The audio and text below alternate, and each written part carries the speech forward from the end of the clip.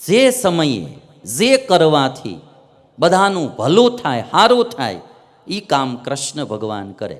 પછી ગામને જે બોલવું એ બોલે, પણ એ બધાનું ભલું થાય એવું કામ કરે. અર્જુન ફરતા ફરતા ગયેલા દ્વારિકા બાજુ, અને કૃષ્ણ ભગવાનના બેન સુભદ્રા. આમ તમે બધા જાણો કે કૃષ્ણ ભગવાનને પાંડવો એ બધા મામા ફૂઈના ભાઈઓ થાય, અને ક્ષત્રિયોમાં લગભગ વિવાહ પદ્ધતિ એ રીતની હોય, મામા ફૂઈમાં વિવાહ થતા હોય. એટલે અર્જુન કૃષ્ણ ભગવાનના બેન સુભદ્રાને જોયા, એટલે ઘડીક વાર આમ જોતા રહ્યા. એટલે કૃષ્ણ ભગવાનને એમ લાગ્યું કે અર્જુનને સુભદ્રા ગમે છે, એટલે પાસે જઈને કે અર્જુન એ મારી બેન સુભદ્રા છે કે. એટલે અર્જુન કે એમ? તો કે હા. અને જોઈ કે તારે લગ્ન કરવા હોય ને તો હું વ્યવસ્થા બધી કરી દઉં કે. મારા ભાઈ, મોટા ભાઈ બલરામ એ કંઈક બીજું જ વિચારે છે. એ કદાચ દુર્યોધન હારે વિવાહ કરે, કંઈ નક્કી નહીં. એટલે છે ને હું તને એ કે રથની બધી વ્યવસ્થા કરી દઉં, તું અપહરણ કરીને લઈને વયો જ જાય કે. હવે તમે વિચાર કરો, આ કામ બીજા કોઈથી થાય ભાઈ? રથની વ્યવસ્થા કૃષ્ણ ભગવાને કરી હતી બધું. અને અર્જુન સુભદ્રાને બેહાડી રથમાં લઈને વયો ગયો. જાય ને એટલે આ બાજુ બલરામ ખારા ધોધવા જેવા થઈ ગયા, અને કહે છે કે આમ જો તો ખરા કે આપણે આટલા એટલા હોય ને અર્જુન આમ લઈ જાય, અને આમ સમજે હું. કૃષ્ણ ભગવાન કાંઈ બોલે ને, એ હાવ ટાટા. એટલે બલરામ કહે છે કે આ બેનને લઈને વયો જાય ને તું કેમ કાંઈ બોલતો નથી? કૃષ્ણ ભગવાન કે આ અર્જુનને હરાવો એ દેવતાની માટે કઠણ કામ છે. આવો હારો બનેવી મળતો હોય તો વધાવી લેવો જોઈએ કે. આવું આવું પાત્ર મળે ક્યાંથી ભલામણા? આ તો આપણે સામે હાલીને કહેવું જોઈએ કે માટે તમે વહેલી તકે જાઓ, અર્જુનને પાછા વાળો અને વિધિવત વિવાહ કરાવડાવો કે. નીતિ તો એની તમારે, જે સમયે જે કરવાથી સારું થાય. અને અર્જુન અને કૃષ્ણ ભગવાનના બેન સુભદ્રા, એનાથી જે દીકરો જન્મો એનું નામ અભિમન્યુ, અને એના દીકરા પરીક્ષિત થયા. ભાગવતમાં સંવાદ આવ્યો, અને એના દીકરા જન્મેજય થયા, જેનો મહાભારતમાં સંવાદ આવ્યો. એટલે બહુ સરસ આ શ્લોક લખાણો. આપતકાળમાં રામ, યુદ્ધમાં ભીમ, દાનમાં કર્ણ અને નીતિમાં કૃષ્ણ. આપણા દીકરાઓને હવે જૂના થોથા ઇતિહાસ ભણાવવાની જરૂર નથી, એને હિન્દુસ્તાનના આ બધા પાત્રોની કથા ભણાવવાની જરૂર છે. એનામાં શું શું હતું ભાઈ? અને શ્લોકમાં લખાણું, આપતકાળમાં રામ, યુદ્ધમાં ભીમ, દાનમાં કર્ણ, નીતિમાં કૃષ્ણ અને પ્રતિજ્ઞા પાળવામાં ભીષ્મ. ભીષ્મ પ્રતિજ્ઞા પરિપાલનેશુ, પ્રતિજ્ઞા પાળવામાં ભીષ્મ. ભીષ્મની જેવી કોઈ પ્રતિજ્ઞા પાળી શકે નહીં. એકદમ દ્રઢ એટલે દ્રઢ. જેની પાસે પ્રતિજ્ઞા કરી હતી સત્યવતી એમ કે હવે તમે પ્રતિજ્ઞા છોડી દો ને રાજ સંભાળી લ્યો, વિવાહ કરી લ્યો. ભીષ્મ દાદા કે નહીં, એકવાર પ્રતિજ્ઞા કરી એટલે હું આજીવન પાળીશ. હવે મારે મૂળ પોઈન્ટ કે વિપત્તિમાં રામ, યુદ્ધમાં ભીમ, દાનમાં કર્ણ, નીતિમાં કૃષ્ણ, પ્રતિજ્ઞા પાળવામાં ભીષ્મ, અને બહુ વિકરાળ ને વિક્રાંત કાર્ય કરવામાં હનુમાનજી મહારાજની કોઈ જોડ ન જાય. વિક્રાંત કાર્યેષુ ભવાંજનેય. આંજનેય હનુમાનજી વિક્રાંત કાર્ય કરવાના હોય એમાં હનુમાનજીનું નામ આવે. અને એટલા માટે વાલા ભક્તો, આપણે બધાય હનુમાનજી મહારાજની આ કથાઓને સાંભળી કાં ઈશ્વરનો આશ્રય કાં હનુમાનજીનો આશ્રય રાખો. હનુમાનજી મહારાજ લંકાની કહે છે કે હવે હું અંદર જાઉં. લંકા કે હવે તમે અંદર જાઓ. લંકા શું કે તાત મોર અતિ પુણ્ય બહુતા, દેખવું નયન રામ કર દૂતા.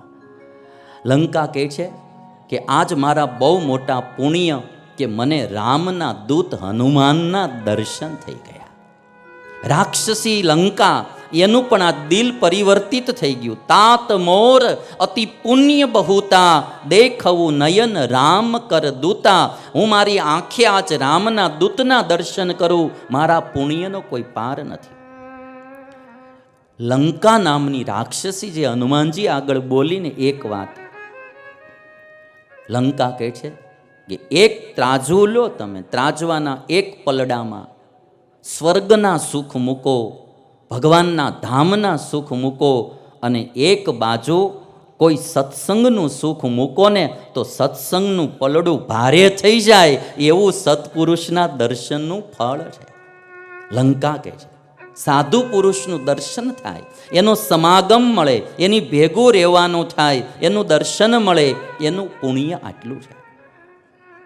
અને એક વાત લંકાએ છે કીધી સમજવા જેવી. લંકા કહે છે કે હે હનુમાનજી, તમને રામે ભાવથી પ્રેમથી નિહાળ્યા, રામ તમારું ચિંતન કરે એનાથી શું કાર્ય ન થાય. એક વાત છે લંકા કે ને રાક્ષસી છે. હું તો કહું માણા કોઈ ગાંડો કહેતો હોય પણ સાચી વાત તો માનવી જ પડે ને ભાઈ. કોઈ ગાંડો માણા હોય ને એમ કે આકાશમાં સૂરજ ઉગ્યો હોય ને જો આ ભાઈ સૂરજ છે, તો પછી આપણે એમ ન કહેવાય કે તું ગાંડો છો તને ન ખબર પડે. સૂરજ સૂરજ છે અને ગાંડો કહેતો હોય તો માનવી પડે.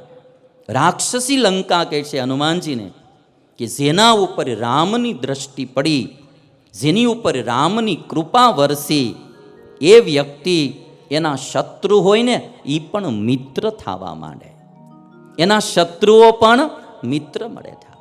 આજ લંકા રાક્ષસી શત્રુ હતી, હનુમાનજીની મિત્ર થઈ ગઈ.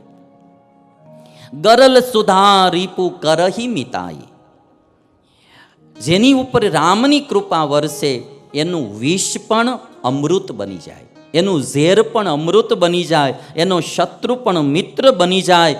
એની માટે સાગર પણ ગાયના પગલા જેવડો થઈ જાય. હા, સાગર હોય ને એ પણ ગાયના પગલા જેટલો, નાના એવા ખાડા જેવડો થઈ જાય. અને હનુમાનજી મહારાજ એ રીતે ઓળંગીને આવ્યા ભાઈ. અને કહે છે અગ્નિ પણ એના માટે શાંત થઈ જાય. સૂર્યનો તાપ પણ હનુમાનજી માટે શાંત થઈ ગયો, શીતળ થઈ ગયેલો. અને કહે છે કે જેની ઉપર રામની કૃપા વરસી એને મેરુ પર્વત પણ રજ જેવડો થઈ જાય. તો હનુમાનજી તમારા ઉપર તો રામની કૃપા વરસેલી છે. અમુક અમુક પંક્તિઓ બધી અદ્ભુત. માટે તમે સુખપૂર્વક સીતાની શોધ કરવા માટે જાઓ. હનુમાનજી મહારાજે લંકામાં પ્રવેશ કર્યો. અલકાપુરીની જેવી અને ઇન્દ્રપુરી જેવી લંકાની શોભા જોઈને આશ્ચર્યચકિત થયા. પુષ્પક વિમાન જોયું અને પછી રાવણના અંતઃપુરમાં, અંતઃપુર રાજાઓના અંતઃપુર હોય જ્યાં એની રાણીઓ નિવાસ કરતી હોય એને અંતઃપુર કહેવાય. હનુમાનજી મહારાજે રાવણના અંતઃપુરમાં પ્રવેશ કર્યો કે સીતાજી અહીંયા હશે. અને જોયું ત્યાં બધે રાવણની અનેક પત્નીઓ બધી સૂતેલી હતી, એટલે અસ્ત વ્યસ્ત બધી સૂતી હોય. હનુમાનજી મહારાજે જોયું. હનુમાનજી મહારાજને થોડી ધર્મલોપની શંકા થઈ કે કોઈ પરનારીઓ સૂતી હોય એને હું આ રીતે જોઉં, એમાં કદાચ મારો ધર્મભંગ થશે તો. વળી હનુમાનજી મહારાજે વિચાર કર્યો કે મારું મન નિર્વિકાર છે, એટલે મને ભરોસો છે કે મારો ધર્મલોપ થશે નહીં. મન જેનું મક્કમ હોય એને કોઈ પાડી શકે નહીં. અને હનુમાનજી મહારાજ કહે છે કે મારે સીતાજીની શોધ કરવાની છે, સીતાજીને ગોતવાના, તો મારે નારીમાં જ ગોતવા પડે, એટલે મારે બધે જોવું તો પડે જ, કારણ કે મૃગમાં તો કાંઈ સીતાજીને શોધી ન શકાય. હનુમાનજી મહારાજે એક પોઈન્ટ છે કીધો કે મનનો પણ ભરોસો કરવામાં ધ્યાન રાખો. હનુમાનજી મહારાજ બાળ બ્રહ્મચારી છે. અને પછી સીતાજી બધે ગોત્યા પણ ન મળ્યા. સીતાજી ન મળતા હનુમાનજી મહારાજ ચિંતામાં વિચાર કરવા લાગ્યા કે જરૂર રાક્ષસોએ સીતાને મારી નાખ્યા હશે, કાં સીતાજી રાક્ષસોથી ગભરાઈને મૃત્યુ પામ્યા હશે, કાં રામના વિરહમાં મૃત્યુ પામ્યા હશે. સફળતા ન મળે ને ત્યારે માણસને આમ કેટલી પ્રકારના વિચારો મળે આવવા, અલગ અલગ વિચારો માણે આવવા. હનુમાનજી મહારાજ અલગ અલગ વિચારો મળ્યા કરવા. સમુદ્ર ઓળંગવાનો મારો બધો જ પરિશ્રમ આજ વ્યર્થ ગયો.